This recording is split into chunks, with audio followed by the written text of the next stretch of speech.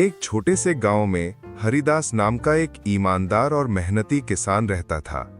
उसके पास ज्यादा जमीन नहीं थी, लेकिन जो थोड़ी सी जमीन थी वही उसका सब कुछ थी। हर दिन वो सुबह सूरज निकलने से पहले खेत में पहुंच जाता और देर शाम तक मेहनत करता। हरिदास का सपना था कि उसका बेटा रघु पढ़ लिख कर एक दिन बड़ा अफसर बने। वो खुद तो ज्यादा पढ़ा लिखा नहीं था, लेकिन उसने हमेशा ईमानदारी और मेहनत को ही अपना धर्म माना। एक दिन खेत जोतते समय हरिदास को जमीन में एक पुराना घड़ा मिला। जब उसने उसे खोला तो उसमें सोने के सिक्के थे। कुछ पल के लिए उसके मन में आया कि इन सिक्कों से वो अपने सारे दुख दूर कर सकता है, नया घर बना सकता है, बेटे को बड़े शहर में पढ़ा सकता है।